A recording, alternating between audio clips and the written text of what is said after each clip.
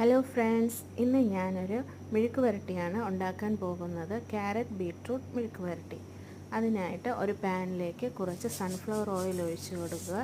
അതിലേക്ക് ജീരകം, കുനുകുന അരിഞ്ഞ വെളുത്തുള്ളി, ഒരു സവാള അരിഞ്ഞത്, 2 പച്ചമുളക് ഇതെല്ലാം ചേർത്ത് നന്നായി വഴറ്റുക. കുറച്ചൊന്ന് വഴണ്ട് വരുമ്പോൾ ക്യാരറ്റും ബീട്രൂട്ടും ഇട്ട് കൊടുക്കുക. നന്നായി യോജിപ്പിക്കുക. അതിലേക്ക് ആവശ്യത്തിന് ഉപ്പ് ചേർത്ത് നന്നായി ഇളക്കുക. ഒരു 5 മിനിറ്റ് അടച്ചു വെച്ച് വേവിക്കാം.